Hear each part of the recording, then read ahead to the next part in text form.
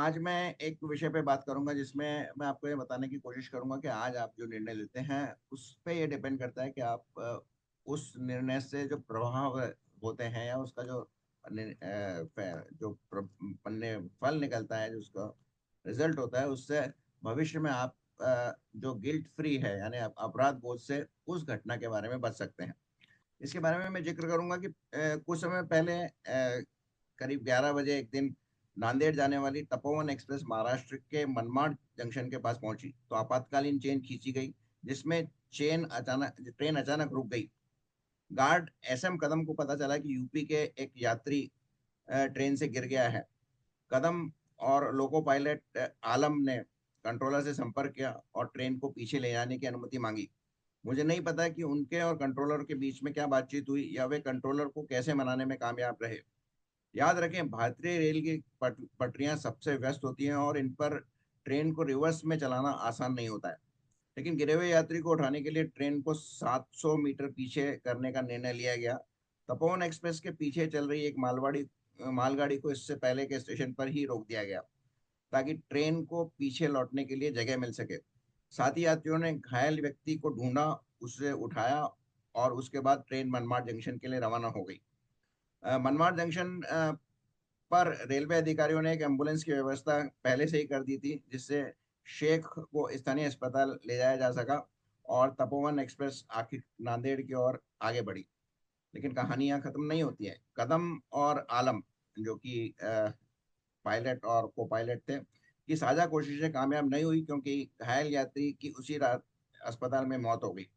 लेकिन मेरा विश्वास करें कि यात्री की मौत से उन्हें या हम पाठकों को भले ही अच्छा एहसास नहीं हो रहा हो, लेकिन कम से कम वे दोनों बिना किसी अपराध बोध के अपना शेष जीवन बिता पाएंगे और खुद से कहेंगे कि हमने अपनी पूरी कोशिश की। हमने एक अनमोल जीवन को बचाने के लिए कंट्रोलर से शिद्दत से चर्चा की, लेकिन दुर्भाग्य से नियति को कुछ और ही मंजूर था। कल्पना कीजिए कि अगर उन्होंने रेल रोक दी होती, लेकिन नियम उन्हें ट्रेन को पीछे ले जाने की अनुमति नहीं देते क्योंकि पीछे आने वाली ट्रेन बहुत करीब थी, तो क्या होता। कंट्रोलर को कहकर मना लेते कि वे पीछे वाली मालगाड़ी ने ड्राइवर को उस गिरे हुए यात्री को उठाने की निर्देश दे देंगे। फिर उनका अगर निधन हो जाता, तब कदम और आलम अपना पूरा जीवन इस अपराध बोध के साथ बिताने की काश हमने उस यात्री को उठाने का अवसर मिला होता तो शायद हम उसे बचा पाते।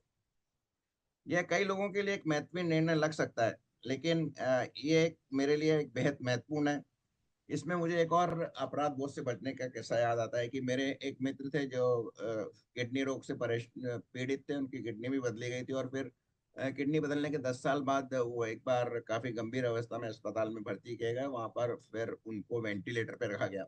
उनका पुत्र अमेरिका में था और वेंटिलेटर या कहे कि लास्ट लाइफ सेविंग सिस्टम पे रखा गया। और फिर उनकी पत्नी और मित्रों ने यहाँ पे निर्णय लिया कि उनके पुत्र को आने दिया जाए, तब तक उनको लाइफ सेविंग सिस्टम पे रखा जाएगा और फिर जैसे ही उनका पुत्र आएगा लाइफ से इनको देख लेगा तो सेविंग सिस्टम हटा देंगे और उनकी संभवित मृत्यु हो जाएगी।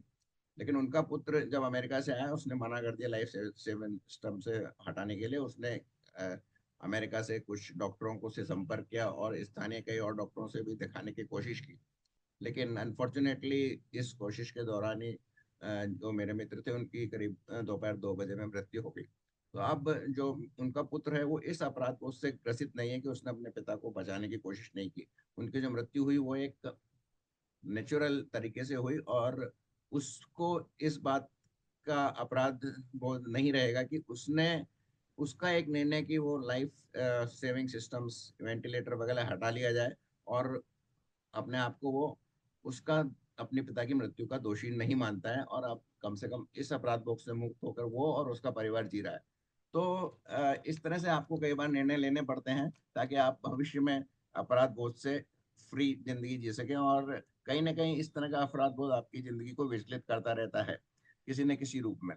तो फंडा यह है कि अगर कोई चुनाव आपके लिए मायने रखता है तो आपके ही उसमें निर्णय लेना चाहिए।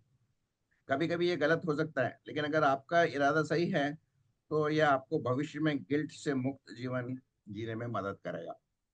तो आशा है आपको ये कहानी अच्छी लगी होगी और इसका संदेश भी अच्छा लगा होगा। ये मैंने दैनिक भास्कर में एक प्रकाशित आर्टिकल एन रघुनामन राघवन जो कि मैनेजमेंट गुरु हैं उनसे, उनके एक लेख से ली है। अगर आपको ये अच्छा लगा तो इसको लाइक कीजिए और मेरे इस चैनल को सब्सक्राइब कर दिए, ताकि ऐसी कहानियां मैं रोज आपके सामने प्रस्तुत कर चुकूँ। बहुत बहुत धन्यवाद।